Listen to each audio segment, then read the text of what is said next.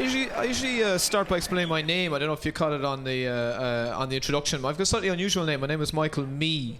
My surname is M-E-E, Mee. Right. It's not a stage name, it's my real name. It's a difficult name to grow up with. I'll give you an example. My brother had a kid recently. Great debate in the house as to what to call the kid, because our name is Mee, and he was all set to call him Pat.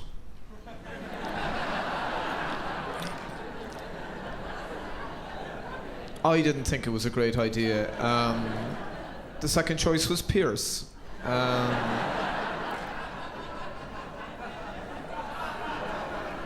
I do like the name Ulick. And there's always Roger, obviously enough. I was thinking getting a stage name of Roger just for the posters, because I quite like the idea of my photo around Dublin and over would be Roger Mee for one night only. I think might be nice. But it's amazing how many names are ruled out with a name like mine. I can't call my daughter Marry Me, Carry Me, Sue Me, Mini Me. Can't call my son Mark Me, Lance Me, Spike Me, Ewan Me.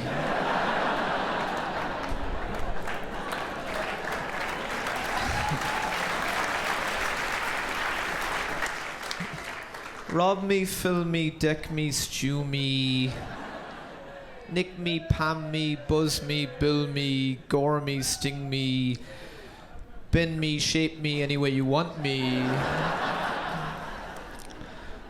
My mother misses me.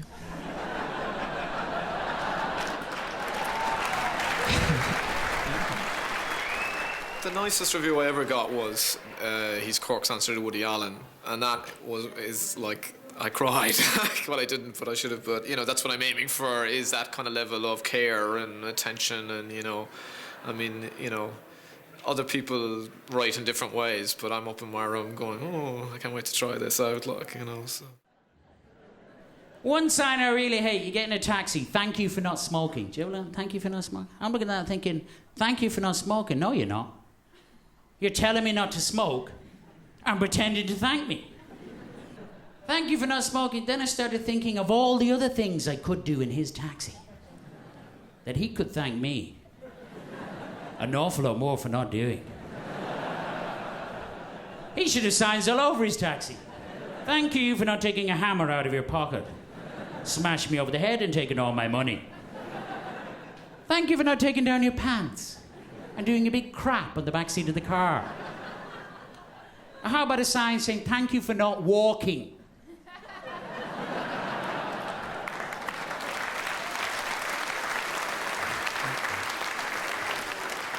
Thank you for clapping.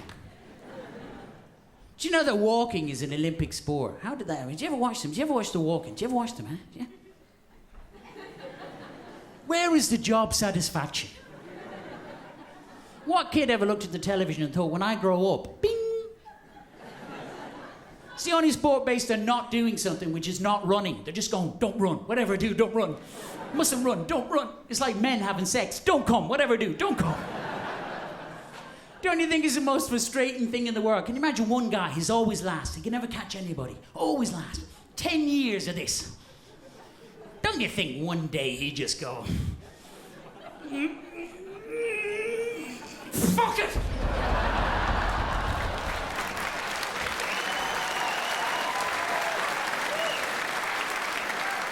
Yeah, it was brilliant. The audience were really fantastic, and I'm great. Do you like doing comedy? Is comedy a bit of a gamble? Yeah, it is a bit of a gamble, yeah, you know what I mean? I mean, certainly with the audience, you know what I mean? Getting up on the stage and, you're in front of the microphone, is that like getting into a trap?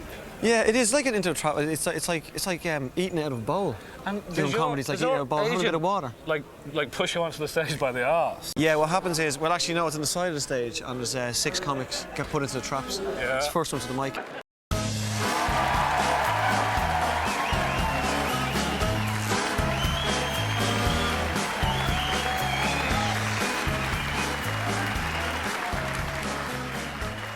I do feel that nothing really will tell you that you have a weight problem, like your general practitioner sitting you down and saying, Kathleen, you've gone very fat. And I remember that day so vividly. It just really stands out because I walked in, I strutted in feeling quite sexy actually, because I was going in for the pill. So I strutted in and I was really like, oh, this is great, you know, I'm so feminine. Give us a smear test while you're at it there. That would be great. And... If you're, what age, like you're a teacher? Yeah. So what age group are you teaching? 4-year-olds, pretty much. That must be a piece of piss after that. No. Well, it's not a stomach turning, I suppose, but... No, but seriously, because, like, you know, it is... Teaching is very like stand-up in that sense of you have to take control of the room. And you have to be entertaining. Not necessarily, if I remember my education. I found if you ever are taken to task about your weight by anybody, what happens is that as they speak, you actually get bigger. So I kind of zoned out and all I could hear was... Oh, heart disease in your 20s. And by exercise, Kathleen, I mean walking. And all the time, I was going...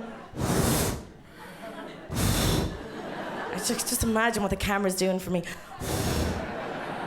And I just got to the point where I just couldn't take it anymore and I said, right, doctor, if you wouldn't mind... peeling the chair off me. I have to get to Evans before closing time.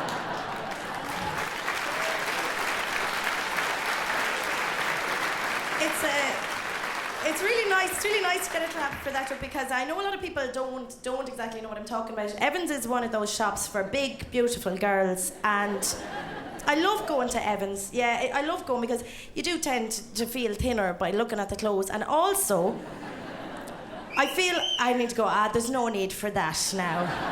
Sympathy is all very well, but I don't need to be patronised. I find that also it's useful for me to go in every so often so that I know how big I can afford to get before I have to stop wearing clothes. But, thanks. Obviously, there is that part of me that's like, I'd love it to take off. I suppose it's there, but I try to keep it in check because I really don't want to end up being bitter about it. And I just keep telling myself, it will be a great thing to have the grandchildren. It'll be, it'd be nice to say, I was on TV. You really do have hairy arms, though. How dare you? You're just going to leave me here. Okay, so clean edit. Boom. And we're back in. I've been away quite a lot recently, doing gigs around the place, which is fun. I guess one thing that I've particularly noticed in recent times, so often as someone who's from Ireland abroad, people they love to come up to you and they love to do their hilarious impersonation of the Irish accent, and it's funny because it's always mildly offensive, borderline racist. Oh, really? You're Irish, eh? Jakers, there's a bomb in me potato. To be sure. And I mean, traveling around, obviously Ireland's famous for various things around the world.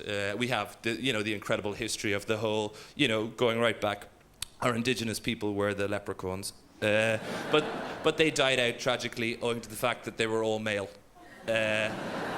And that they didn't ever exist. And moving through time then, Ireland got invaded quite a lot. And my favourite invasion of Ireland is the Vikings, because they came from Scandinavia and they raped and they pillaged. And they're so unlike Danish and Swedish and Norwegian people that I've met, who tend to be quite low-key, quite laid back. It was like just one day they woke up and they said, hey, let's not rape and pillage anymore. Let's invent Lego.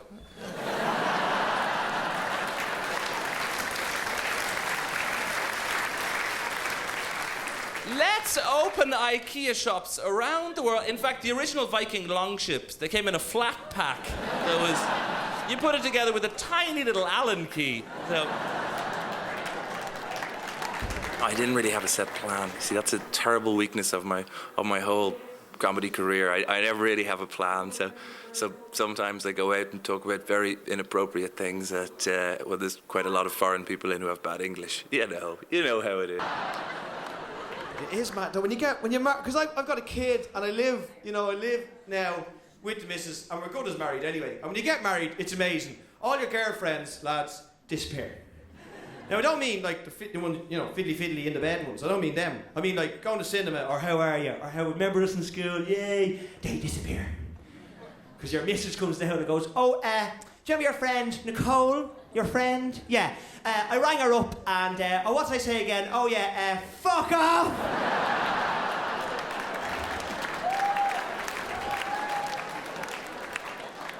I'm your friend. Do you understand? I am your best friend.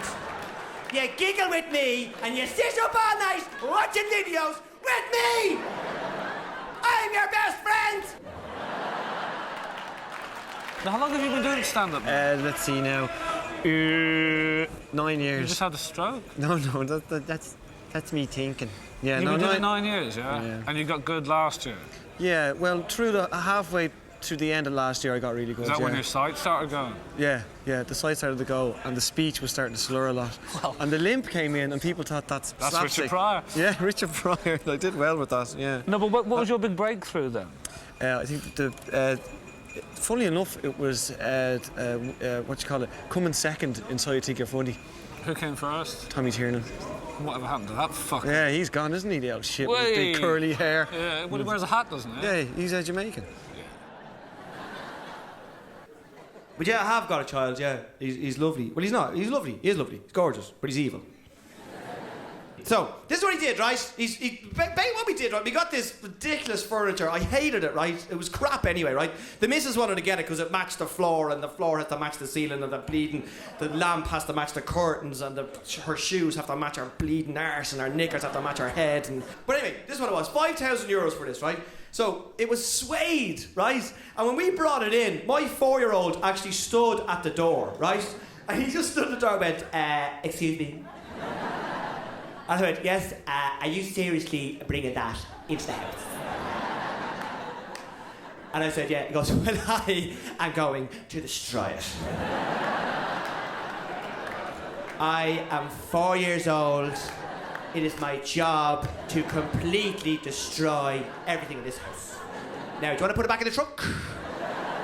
And we didn't, right? I didn't listen to him, right? And on this day, this little... right? I was in, right, the missus was on the phone. I was in the sitting room with my son, right? So it was her fault. She wasn't watching us, right? She should have kept an eye on us. And he was looking at me going, something bad's going to happen, something bad's going to happen. You're an idiot. So I went upstairs, right? And about 3 minutes later, I just heard his mother, I'm gonna kill him. I come downstairs and the missus going, right! And I look, we're standing beside on the brown suede couch, right? He had gotten pseudo cream, right? That's nappy rash cream for nobody that knows it. And he had spread it all over the couch, right? And he knew it was oil-based. He knew it was. He's looking, they'll never get this out. Brush it in, brush it in. But then all we could see was little white footsteps leading off behind an open door. We went over and, oh God, I opened the door and there he was in his underpants, covered in pseudo cream. All over his hair, eyebrows, back, stomach, legs, everywhere but his arse. And he just looked at us, and we just looked at him, and he just went, look, Mammy, I'm slipping. And he couldn't do anything about it. Because you can't beat them then. Because you go, ha ha, that's a lovely, cute remark we'll remember in the future, you little shit. Anyway, I must say I've had a good time tonight. Ladies and gentlemen, thanks for listening. I've been Jason Byrne. Good night.